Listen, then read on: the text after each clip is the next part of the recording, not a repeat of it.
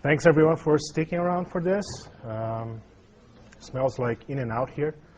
I'm Luiz Eduardo. I'm going to talk about online and some sort of offline banking fraud, phishing, and stuff like that. The purpose of the talk, the motivation of the talk, is to talk about some of the differences from the online banking and the whole banking system that we have here in the US and some other places. So being born and raised in Brazil and living here for quite a while now and traveling back and forth sometimes, I kind of had the motivation to do a presentation talking about the differences because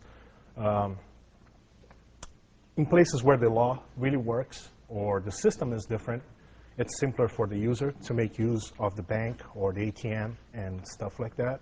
And in other places where things sometimes don't work that well, it's not going to, it has to be, some more steps have to be added to the system to make it more complicated for the user sometimes and safer for the financial institutions. So really quick, going to talk a little bit about it. Not going to spend time talking about what phishing is and some other techniques of doing phishing because most of you know about it and some of you might know way better than I do. I'm gonna try to focus only on the differences and stuff like that. So we're gonna talk about the evolution of phishing. I'm gonna jump to ATM fraud, which is really big outside of the US in some places. In the US, not that much, but there are cases of it. I have some videos that I put from the internet and try to get into some sort of conclusion about this. So about the history of phishing, what is phishing? It's on the next slide, by the way. But it's a means to a fraud. So with everybody using the internet, it became clear to people that want to do bad stuff to use that channel, that vector, that attack vector, to get either people's identity information, so identity theft, or just simply money.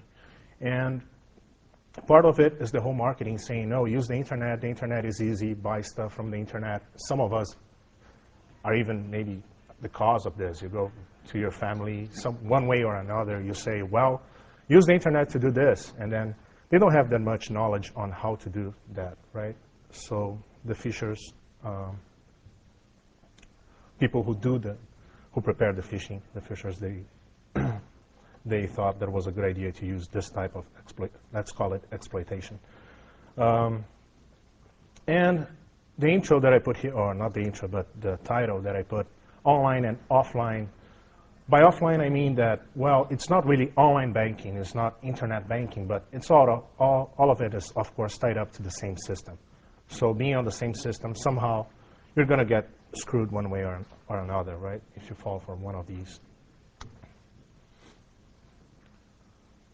So what is phishing? A means to a fraud. That's the part that I'm not going to spend too much time. I have a slide for each one of these topics here. And some of them I'm going to go really fast. And so the difference here, why some places, some third world countries had to be a little bit more advanced. Not nowadays. Nowadays, the technology is the same. The protections are the same all over the place. But why it was different for a while. I remember seeing a TourCon 2 years ago, I think, presentation from a fellow from WebSense. And at that time, like screen captures of virtual keyboards was something fairly new. And that's not new anymore. But that started actually back in Brazil because I remember almost a decade ago when I moved to the States, I had in Brazil an online internet banking access. And when I moved here up in the boonies in the Northeast, I went to the bank to open an account and I just asked, I'm like, so how's the internet banking? They're like looking at me, internet banking, like banking through the internet? I'm like, yeah. They're like, we don't have that. Of course, like 2 years later, it showed up. But at that point in '97, it was totally new, at least for the bank that I used. And that was something that I was using for a few years already. The thing is about the third world countries is that usually they're not the targets for the phishing. Because people who's got the money pretty much is here and some places in Europe. So the target is mostly first most developed countries, and the people that are trying to or creating phishing kits and stuff like that or benefiting from this somehow are abroad. The anti-phishing work group divides phishing in pretty much 4 flavors, let's call it like this: financial, retail, ISPs, and other. I'm not going to talk about the others and the ISPs, neither the retail. I'm going to focus on online banking and any sort of financial institution, credit union kind of stuff. Identity, so the goal of the phishing on the financial market is identity theft, account withdrawal, like sometimes take all the money out of an account, buy stuff with somebody else's money, and due to technology advance, to the evolution of technology, some banks, they want to push the technology to be used. And as probably you saw in most of the talks that happened today and yesterday here, sometimes security is left, it's an afterthought, right? It's left for, oh, let's push this thing to work, let's release this new product, and then we'll figure out what to do with security, or don't even think about security. Why people create this type of mechanism for fraud? Pretty much because there's a high return of investment. It's fairly cheap to deploy fake servers or fake websites and release spam all over the place and stuff. And it's risk-free because sometimes this is, as I said, it's developed abroad, and these people are abroad. And although, of course, there are places, not places, there are the 3-letter agencies here that might take care of it, or at least one of them should take care of it. It's hard to go after these guys. They're not going to leave the place where they are, and most likely there are no laws for that. Excuse me. Another thing is the lack of use of human interaction. So when you're doing this kind of stuff, you're not, for the user and for whomever is doing the attack, right? There's no human interaction. Although you're doing a very bad thing for somebody, you really don't see that, so that's okay in a sort of way. And the lack of user knowledge is a problem too, and that's something that is being worked on. May somebody bring me a glass of water? Not wanting to ask too much. I think it's the in and out effect here.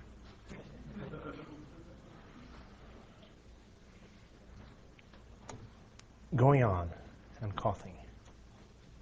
So how do people fall for these things? Spam, the most famous one.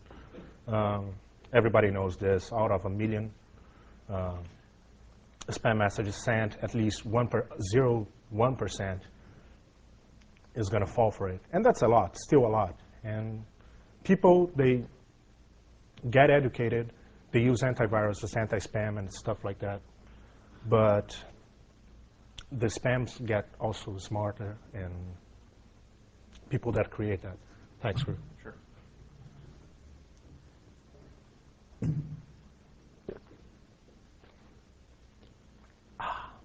Okay. Better. So the other thing is some websites. Well, here, any website, any bank website that you go, now there is a security thing there. Before it didn't used to be there. But about the spam, sometimes the banks, when there's like a spam on the wild, let's put it like this, the banks say, we did not send this, which is really cool. It's really good for the user to know that that email that he or she might have received is not from the bank. But I've seen cases where the bank says, this is not how we do it, this is actually how we do it. And then, of course, they copy that thing. Not really smart, in my opinion. After they get that email, they go to the forged or fake websites. These websites, usually they're not hosted here. They're not up for more than a few days. And that might be the reason why the emails, they go out like seasonally. That means they set up a whole bunch of servers or whatever, and then they send out all those spams. That's why at least I noticed that sometimes I get, of course, I get spams every day, but sometimes I get way more than I used to.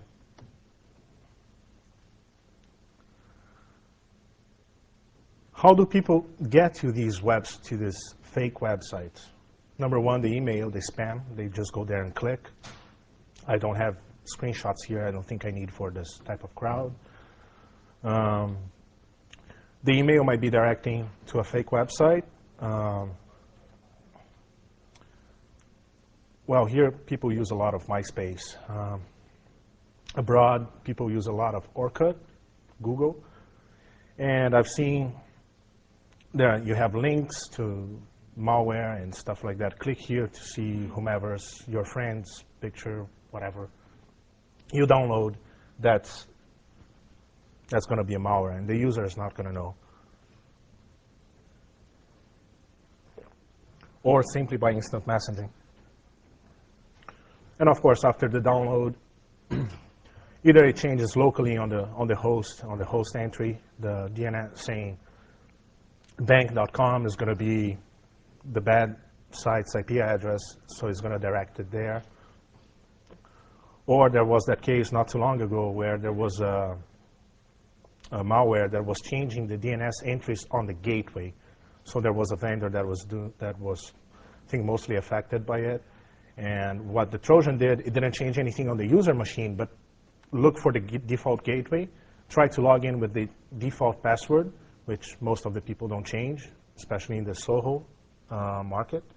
And would change, instead of using the ISP DNS entry, would stick there a fake DNS, the IP address of a bad DNS, a DNS that has poison entries. So the guy says, go to mybank.com. His machine is fine, but his gateway is directing the machine to the wrong place.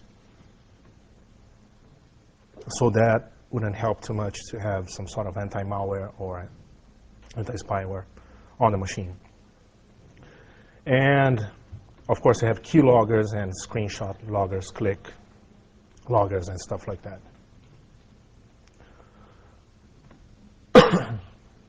Sorry. Voice phishing, not really related to VoIP, but VoIP could really help doing this type of attacks, meaning you can put an asterisk server somewhere doing man in the middle or doing something like that, that people would call in and be either you're eavesdropping on whatever it's been going on that call, or is just really faking a call center of a bank or something like that. How do people call this number, though? It all depends. Could be an email that received, this is your bank, there's a problem with your information. Don't reply to this email, call us back at 1-800, blah, blah, blah. And there's a problem with it, right? How do you know? If you're somehow smart, you're going to call your bank, the number that you know that is in the back of your card, and hopefully that's the bank. Sometimes the number they give you is not that number behind the card that is written behind your credit card or your ATM card. There was this new thing, I think last week came out, or 2 weeks ago, some phishing, call forwarding phishing attack. I thought it was extremely lame, but since I had the stock, I just put it there.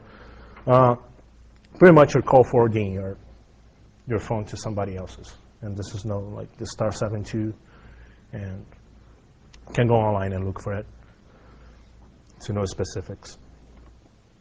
And so you can get an email or you can get a voicemail.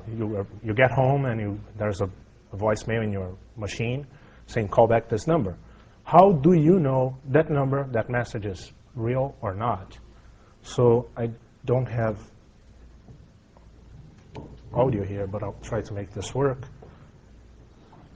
So an example that I actually got from me, let's see if this works.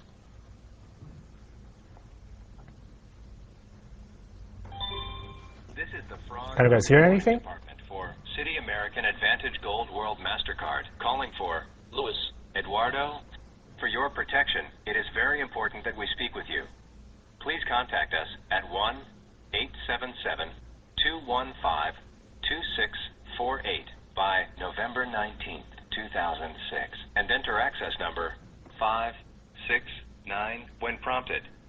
Again, that number is 877-215-2648. Thank you. Goodbye. So that's sounds real, right? But or actually, you don't know. So just for fun, I went to Google. I typed text to speech. Went to an AT&T website, and I could do this. This is the Fraud Early Department for City Gold Advantage Whatever MasterCard calling for everyone at the LayerOne Security Conference. For your protection, it is very important that we speak with you. Please call us back at 1-800-YOU-GOT-OWNED, and we will collect your personal information. So, and this was done like in 2 minutes using the internet and Google, and that's it, right? And audio Audacity. Somebody can put this on a Asterix box or something like that. It's fairly easy for somebody to spoof this. So it's out there. And tell you the truth, go ahead, Strong. Yeah, no, one thing actually that I did a while back was I was playing around with this, and I went and I called my bank, and I recorded their IVR menu, and I pressed a whole bunch of different things that fed back numbers to me. And I took that into Adobe Audition, spliced it up, and put it on my Asterisk box, and had an exact sounding replica of my bank on my Asterisk box as proof of concept. So you don't even need to generate different recordings. You have the actual real recordings. So you I also have the data forwarded on from an Asterisk box collected and then interfacing with the actual bank. exactly, that would be the man in the middle. So Strom's point was that one time he's called his bank and just recorded every single menu they had and put that on his edited it and put on his Asterisk box, and he had exactly the same call menu. And the other thing is the Asterisk box intercepting everything, right? And then that's another, that'll be the eavesdropping on man in the middle. So the guy's really talking to his bank, but somebody's recording whatever is being talked. So I really don't know. I think the solution, right there. Asterix is, somebody wants to answer? It's an open source PBX application that runs on a Linux PC. It's a telephone exchange, yeah. And even you can have that, there's a live CD free distribution that you can download and has the Asterix pre-configured, right? What's the name of the Asterisk now. Asterix Now? So moving on. SMS would be a new way. I don't think this is really being used yet, but there's a lot of spam over SMS some places abroad, starting from the carrier that you use. You land somewhere, you turn on your phone, it says, welcome to this, if you want to do, welcome to this carrier, if you want to do this and that and that. Do not look for another network. Well, if people start sending SMSs all over the place, now you can, there are like free websites that you can send free SMSs worldwide. So that'll be a way to have a person to go to a web page or to call a certain number, like one of the fake numbers, like we were discussing in the last slide, or telling, go here and you're going to get free stuff if you fill out the survey, you're going to get an iPhone or something like that. Wi-Fi phishing, well, put this here just because it's the result is the same as DNS poisoning. So it's on the Wi-Fi side would be the evil twin attack, meaning you have an access point that is using the same SSID as a good access point. And if that fake access point and that fake access point has bad DNS entries, it's sending you to the bad servers. So, and it better be like mostly used in hotspots, not corporations. So in hotspots, you go to to your favorite $5 cafe store, cafe shop, and you turn on your computer, you see the SSID that you used to connect, and you connect to it, and you're on the internet, and you say, oh, okay, let me do my online banking, and actually you're going to a bad website. You don't even know about it.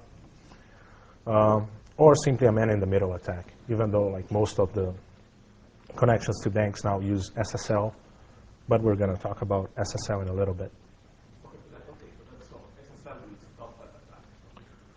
In some cases, yeah, but we're going to get to SSL. Web 2.0 stuff, not only Web 2.0, but stuff mostly related to Web 2.0 would be JavaScript, AJAX, cross-site scripting, and even man-in-the-middle with some of these applications. So I'm not going to talk about this because Billy Hoffman, who knows a lot about this, he did a talk at ShmooCon a few weeks ago. Go to shmoocon.org/2007/videos, I think, or just Google for it. There's a presentation from Billy, and part of it he mentions how this is possible.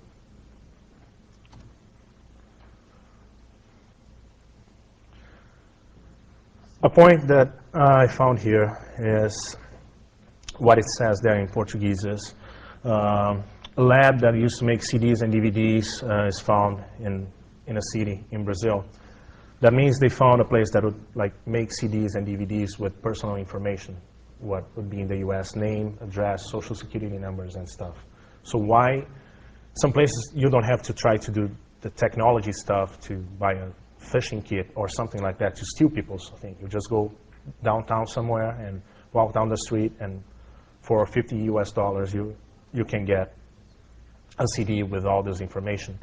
Last time I went to Brazil, not trying to get in trouble, I went to one of these places, which is just a street that sells all kinds of electronic stuff, and on the street they have the little stands, and the guys selling, they sell DVDs, movie DVDs, and CDs with applications and stuff like that. Like we heard in China is the same thing, and other places too. But they have the regular commercial stuff, but if you ask, oh, do you have the social security listing, whatever, they're like, yeah, for what state do you want? And they do it by state, and it costs $50 US. So sometimes they get busted, but the problem is bigger than that, right? Here's another example that the director of intellectual property from Microsoft, he was in São Paulo, Brazil not too long ago, and they took him to this place. So the picture there is actually from the street that I told you.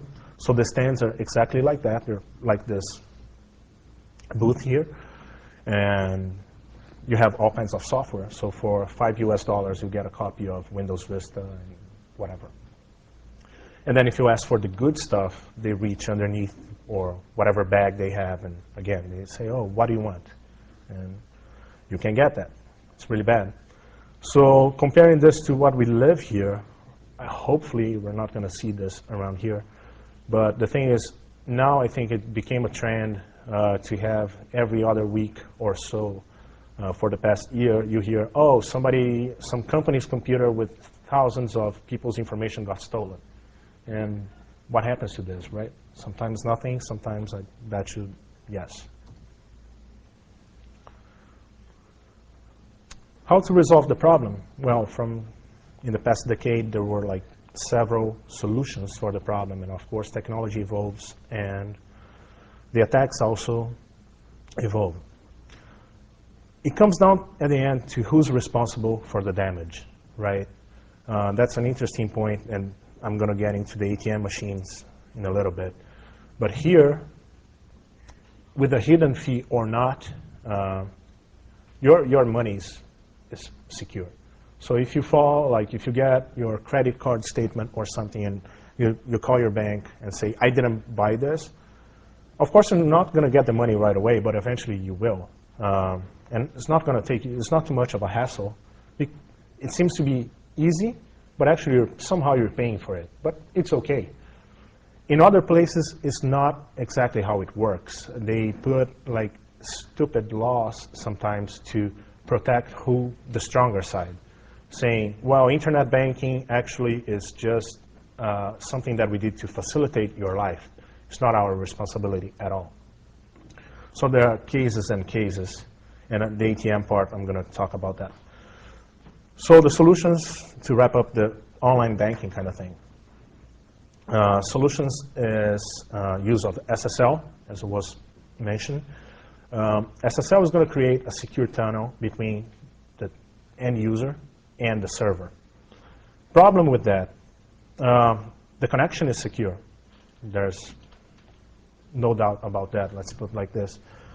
But when you have not bad DNS entries, but when you have websites with name or fake websites with domain names really close to the real name. So if you do a typo, you fat finger something that says instead of my bank is mybank1.com, you're going to fall into this server that actually has a valid certificate. Eventually they're going to bust this guy, but again, the server is not going to be up for more than a few days. So your client is not going to complain that that it has a bad certificate because it's using a real certificate. And for the guy who paid $200 for the valid certificate, that's fine, because he's going to get way more money than that. The other problem with SSL would be if you have some sort of malware or keylogger or some sort of screen capture click logger. So the connection is good, but at the end, the connection, not the connection, but the transaction is compromised. Somebody's capturing user credentials somehow. I've seen this only in Brazil, the second point there. Some banks, they push applications to the client. So they want to have some sort of control over the client to make sure the guy is not doing a bad thing. So it's not sending an anti-spyware or an anti-malware client. It's something else, but in the same sense. But again, I don't like the idea of pushing something to, or getting something pushed to my machine to be able to use a service. Of course, you're going to have in the terms of use and stuff like that, but I don't like that. For me, it's the same thing as pushing something that might be bad. Don't want to rant about the people that might be doing bad coding for these things or not. What else was used? CAPTCHAs, which not totally perfect. I saw something not too long ago about this. Maybe somebody saw. We all know that there are OCRs that can read the CAPTCHAs. Sometimes I cannot read the freaking thing, but the OCRs do. But I saw one website that actually gave me a string and said, which one of the letters there are not, are not letter A. So you have to actually understand, you have to put an intelligent answer on that thing. I saw only one website, and I thought it was really neat, simple and neat. Other solutions, the usual ones, anti-spam, anti-spyware, anti-malware, both for the enterprise and home.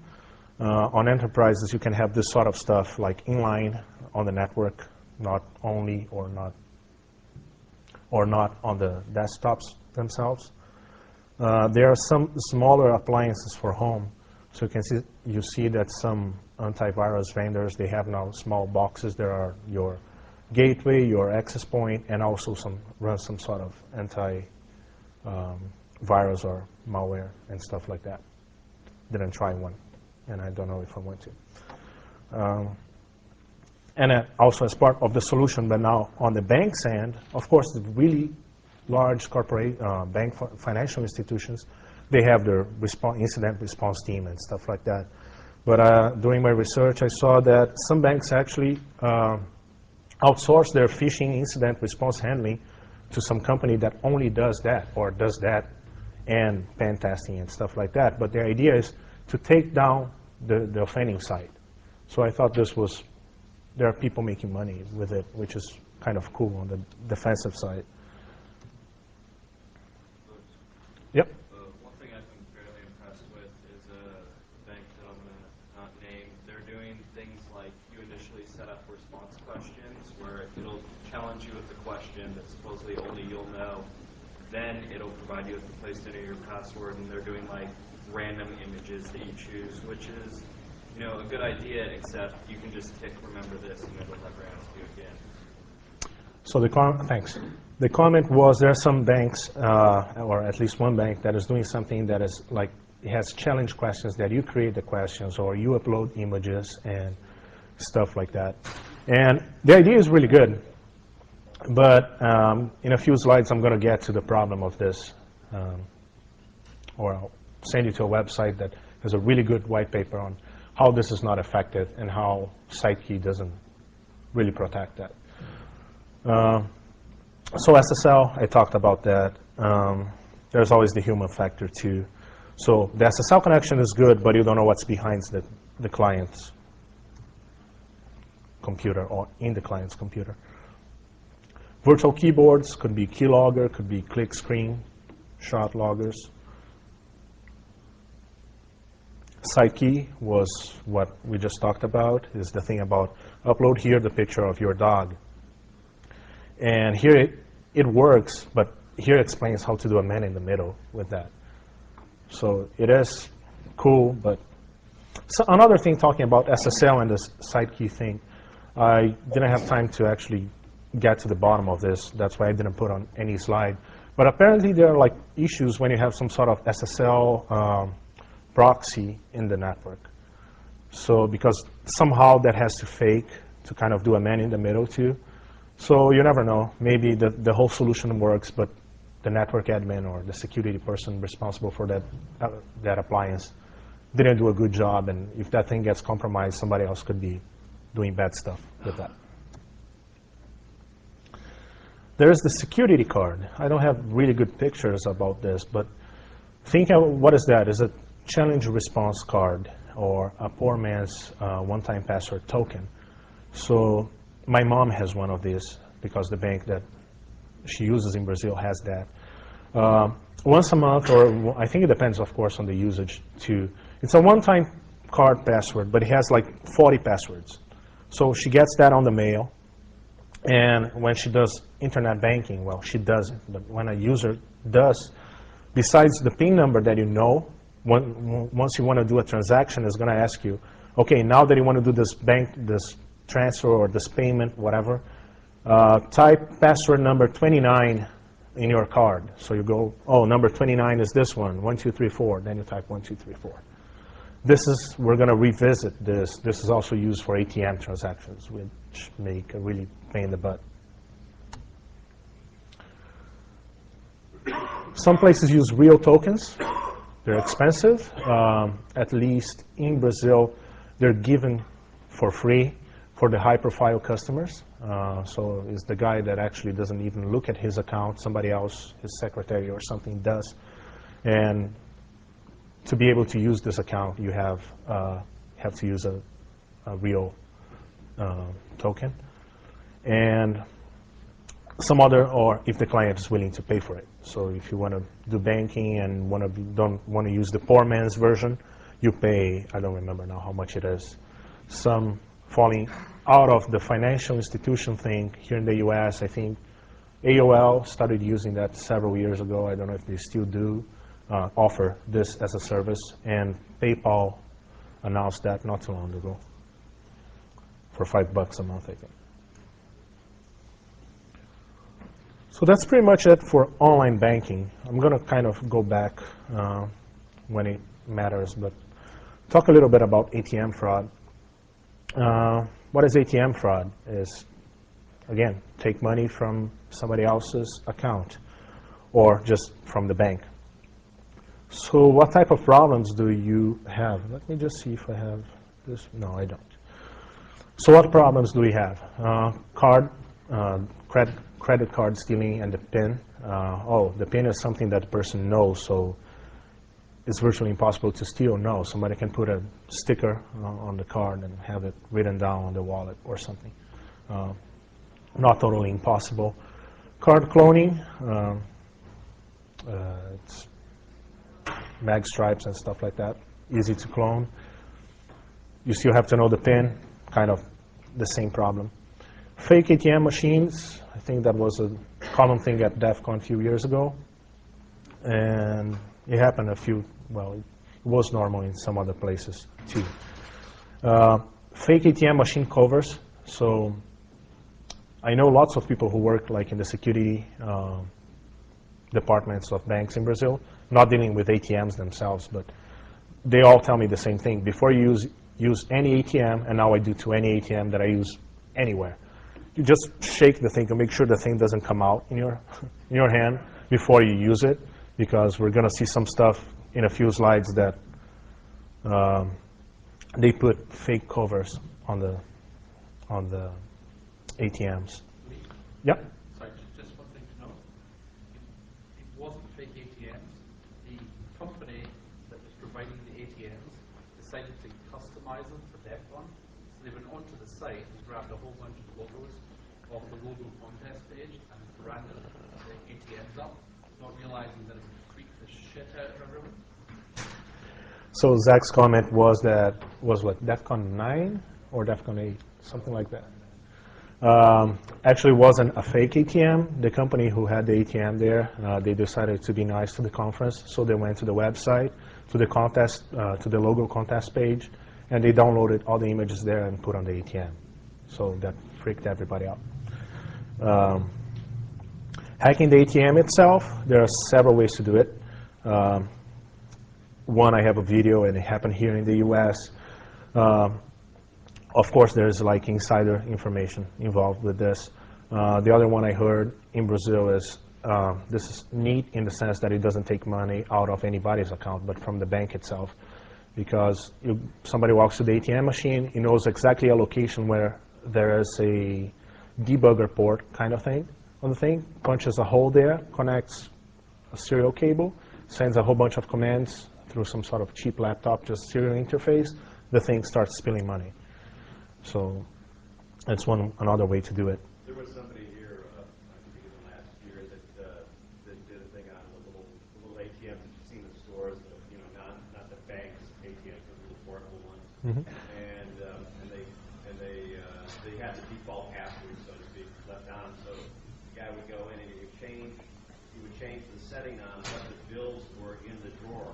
And everybody uses 20s, but he would change the program to say that they were 5. So when you said you wanted $100, you got 4 times that back.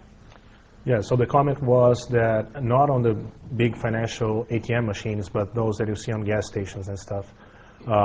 Somebody had a master code that just walked into the ATM, punched this number, and changed the denomination of the bills that were inside that thing. So instead of telling the machine that instead of having 20 bucks bills, it had $5 bills. So when you withdraw 10 bucks, actually give you 40. Actually, I have a video for this. That's one of the things that I have the video here. What else? Money stealing on the spot. Well, that's not so much of a problem here, and hopefully stays that way. But some places and that's the thing that I was going to talk. Who pays for the damage, right? Why, at least in Brazil, as far as I know, why did they do all this crazy stuff on? You have to have that special card to take the money and know like the one-time password and stuff like that. The law there says that if you're robbed or if a fraud is committed on the bank premises, that means the ATM, the bank is responsible for it. If it's outside that, that's the user's problem. So that's why they made all these really hard steps for a normal user to take money out. And I have the steps in a few slides.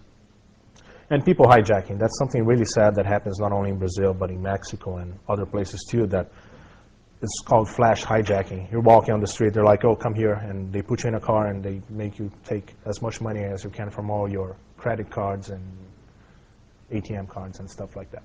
So you have restrictions, for example, from 10 o'clock at night on, you can only take 80 bucks out. Doesn't matter what your limit is, you cannot take more than that, which is not really safe. It's safe, but not convenient. But that was one of the solutions they found. So what's wrong with this ATM? Big slot. Fake slot. Right on. So there's fake slot there. What else is wrong? Besides it looks like espresso machine, but it's not espresso machine. There's a camera in the brochure. Yeah. Right on. There we go. So there's the camera there, and the camera looks at the password and whatever the person typed. the PIN number and whatever else the person typed. Then you have to trap the card then, too. What is it? That's again, that's a couple of the Yeah. two-way thing. Yeah. And then, of course, so that thing is collecting all the information from the cards, and then they take it out later and read offline. So in that case, was just the slot thing. Sometimes they put the whole cover on top of it. So the solutions, smart cards. Still need the mag stripe. So why? I don't know if it's clonable or not. Where's Adam?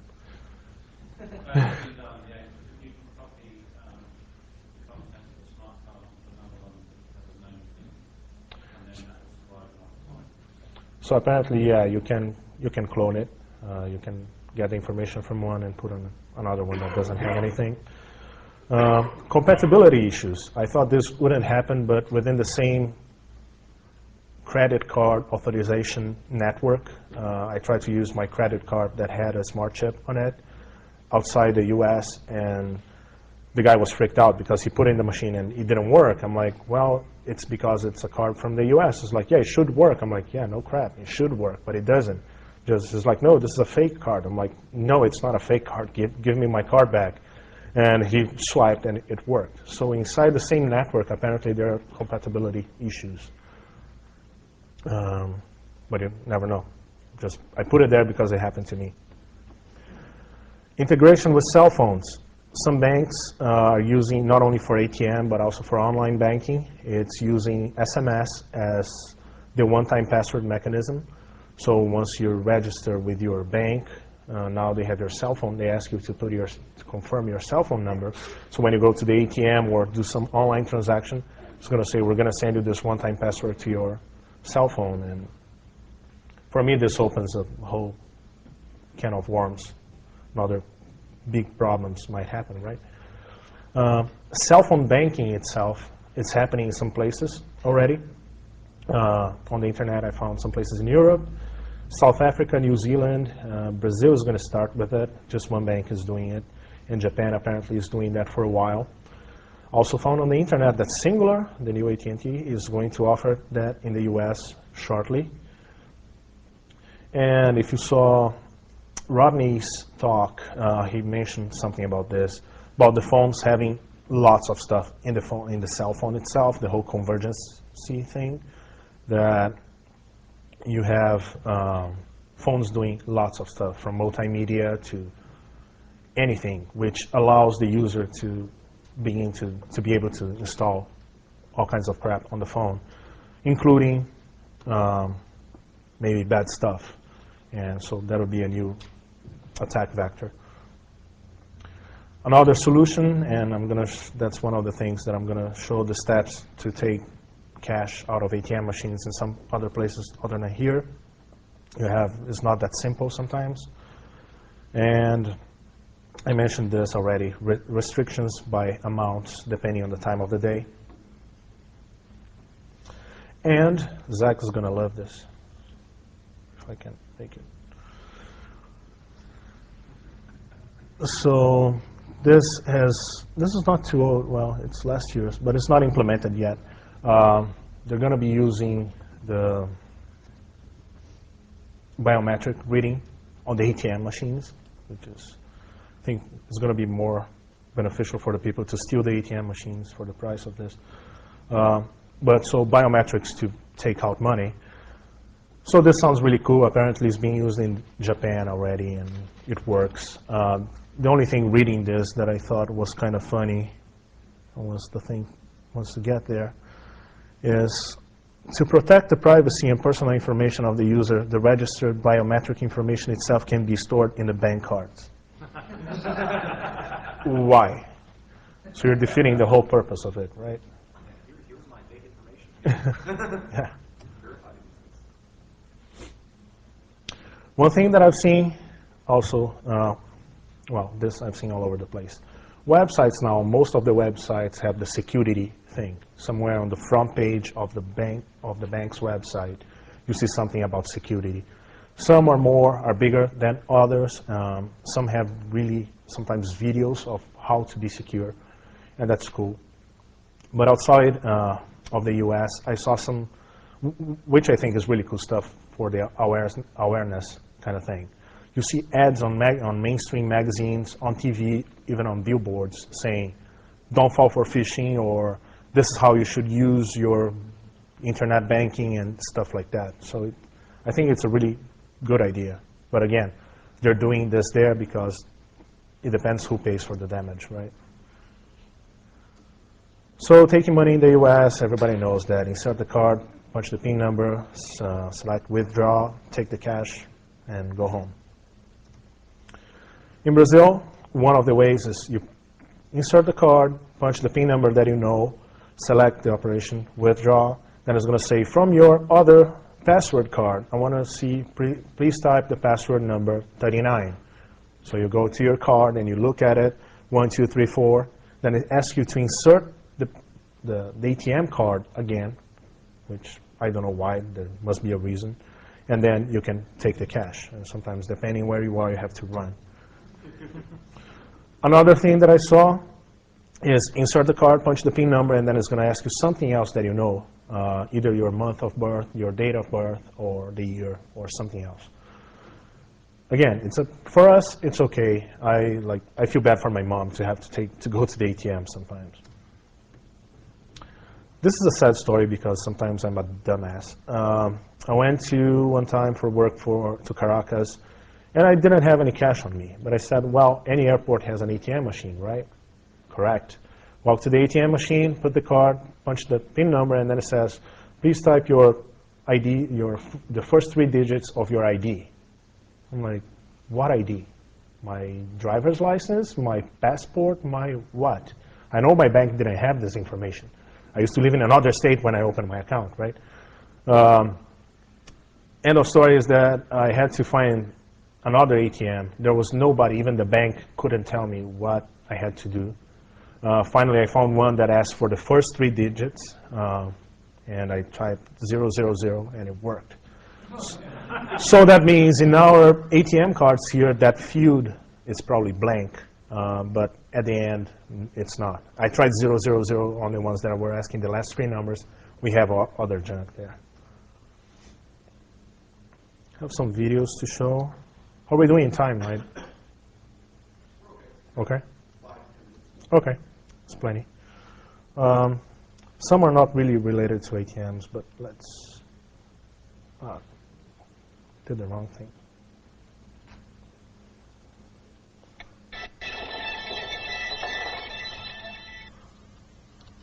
This, it's easier.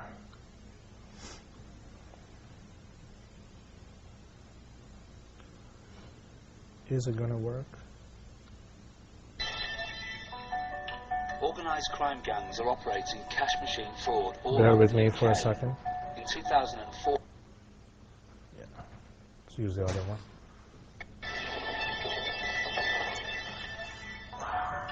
Organised crime gangs are operating cash machine fraud all over the UK. In 2004, the total sum of money lost was a staggering £75 million. Can I see One of the something? most common methods con men use to commit cash point fraud is with a fixed device that is very tricky to spot. Our hustlers are going to demonstrate for our secret cameras how a con artist can rig a cash point with a device that will clone your cash card and enable them to steal money from your account. One of the Thanks most for prevalent technology, scams Poppy. in recent years has been the placing of card readers on ATMs. The idea is simple. You put a shell over the ATM so that it looks like a legitimate Thanks, Poppy. contact device. Victims come up and place their credit card or ATM card into this, enter their code, withdraw money, and then receive their card back. What they don't realize is that in between their transaction is an illegal device that reads every single piece of data on your card and records it. Hustler Paul, rigged up with a camera hidden in his bag, enters a shop which has a cash machine inside. In his hand he has what is known as a skimming device. Now that the coast is clear, he moves in to fit the device over the card reader slot. This device works in 2 ways. The skimmer is able to read the magnetic stripe of your card. and is fitted with a hidden mini camera that is overlooking the pin pad to record the pin number. Jess now comes to use the cash point ahead of another queuing customer. He will be our first mark. What this move does is to prove subconsciously to the mark that the machine is perfectly safe. Having seen Jess successfully get some cash out, the mark will suspend any possible suspicions that he might have. Now the first mark inserts his card. The skimmer reads his card details whilst the camera clearly captures his 4-digit PIN. His card is returned and he takes his cash. Even though the cash has come out, he's already lost out. His details have been captured by the hustlers, and yet he doesn't suspect a thing. And now comes mark number 2.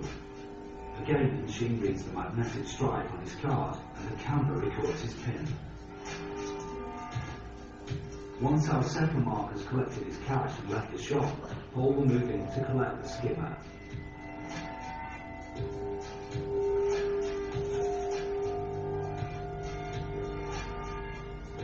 With 2 sets of card details backed, our hustlers will show us how this becomes a money spinner. Essentially, the next step after having read the cards and You guys got the idea, right? off the cash machine is downloading all the. This is on YouTube, so what else is interesting here? In the UK and indeed all over the world. Even though we have new technology such as chip and pin coming in, it's still incredibly easy to clone credit cards. The general rule is if it can be made, it can be copied.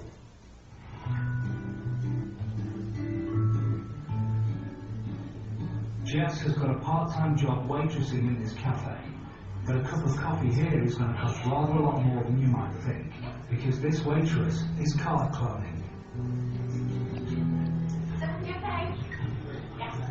It's time to settle the bill, so Jess brings over the keypad terminal for her customers' card payments.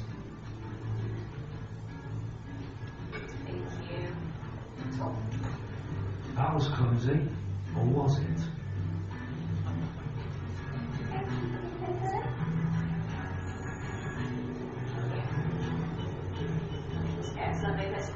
Thank you. Let's go back and see what Jess is really up to. To the customers, Jess appears as if butter wouldn't melt. But what was she doing in the ladies earlier? It only takes minutes for her to attach a high-tech skimming device that is used by crooks the world over. This reads the magnetic strip on any credit or debit card and stores the details so that they can be used later to make duplicates or even be sold on to organised crime gangs. Jess drops the card on purpose so she can skim it without arousing any suspicion. Here it is again.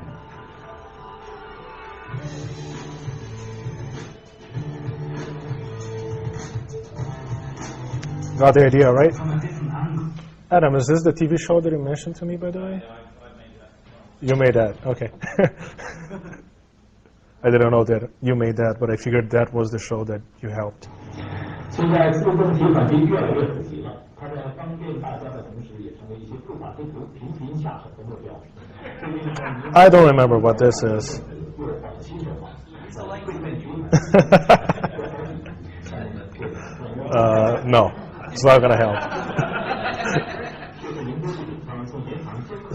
Which one is this? Yeah, this is the same thing. It's the camera recording. I have another one that is better. This one is better. 好，下面来看我们的独家报道。3天之前呢，这个宁波发生了一起抢劫杀人案件，案发地点呢就在宁波的一家自助银行里面，银行的监控录像记录下了凶杀案的整个过程。这就是凶杀案发生的自助银行。现在让我们重新回到3天之前凶案发生的那个晚上。3月31号晚上7点22分，在宁波工作的冯先生来到了这家位于宁波江东区的自助银行取款。在他刷卡进门之后，另外一名男子趁着玻璃门还没有完全关牢，也走了进来。由于匆忙，还被玻璃门。That's not suspect at all. 这个男子的举动肯定引起了冯先生的警觉，然而他还是把卡插进了取款机。就在冯先生输入密码的时候，身后的男子左手伸进口袋，拿出了一样东西。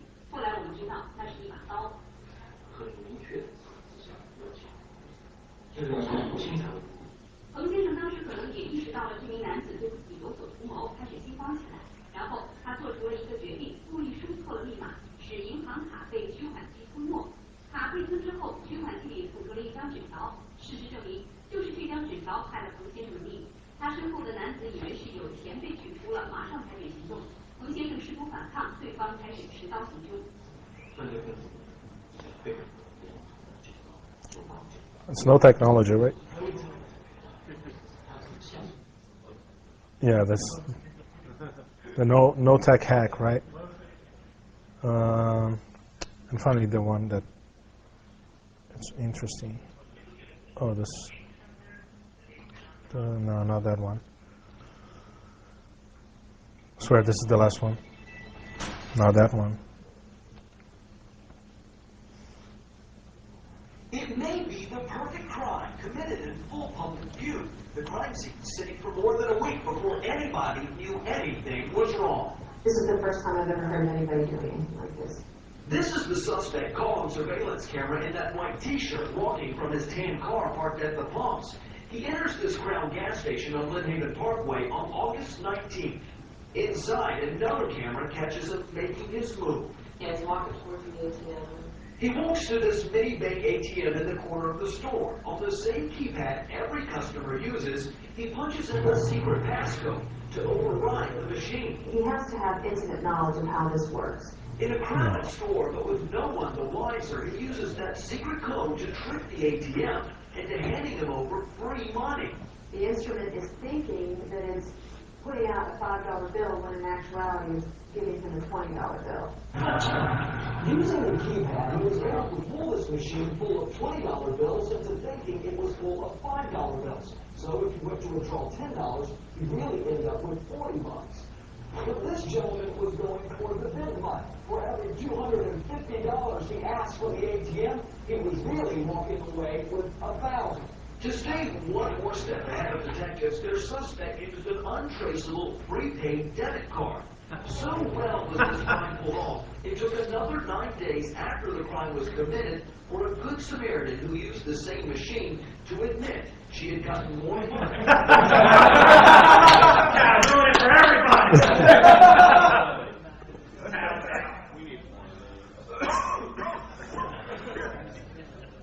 All these videos I took from YouTube, so feel free to browse there.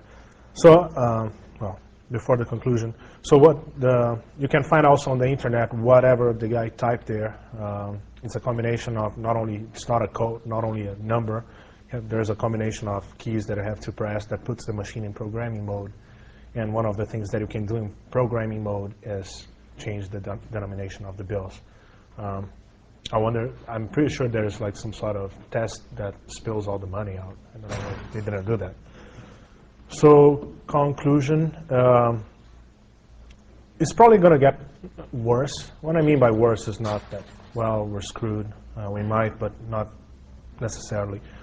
But everything there's evolution in everything. So online banking, of course, but here, I don't know, I hope the talk was informative, at least to show that outside here, some people, they have to go like a step ahead to simply take money out of an ATM just because of the whole law and cultural differences and stuff like that. And hopefully some places will not change. I mean this in a good way, like for us here, for example, it works here. Hopefully it will stay the same. And don't be a dumbass like I am and travel without cash, hoping that it can just land somewhere and take money out. Questions? I saw another one of the like card cloners where it was actually a pin strip that slid directly in, and it wouldn't work, but it would just copy the card, and then they'd wait for like, I don't see how it paid off if they weren't getting a pin, but. Yeah, I think this is, so the comment was that he saw one of the cloning devices kind of thing that slid in the slot, right? It would slide in and it would grab the card and it would put out an error, and then another person would come up and say, oh, I can help you with that. Same thing or different thing? Something related to that. Fellow I know was doing work for this kind of credit card transfer processing company. You see those pretty often. Just like a couple months ago, in San Gabriel Valley, there was a crash that. And what it does is the moment you leave their ATM cards on their credit cards, that number without the pin is True. So the comment was there. Yeah, the comment was there. some people here, they saw some devices that would only clone the card. Like the card wouldn't work, but at that point you put the card already, the information has been collected, but it wouldn't work. So the question was why people do that if they don't have the PIN number. The thing is, there are places that you go, like even Starbucks and Walgreens and stuff like that, up to a certain amount, you don't need a PIN number. So that's for the small kind of stuff that this is done. Also, there's devices that are known in the UK as Lebanese loop. It's basically a little wire that they insert into the slot, which will trap the card on the way out. So you put your card in, and it'll look like the machine swallowed your card, and they'll just come up behind and pick it out. So the thing, another comment from Zach is, in the UK they have a loop that they put to jam the card inside the thing. So it looks like the machine swallowed the card, but actually after you're gone, they can come over and take it out. So then they don't need to clone the card.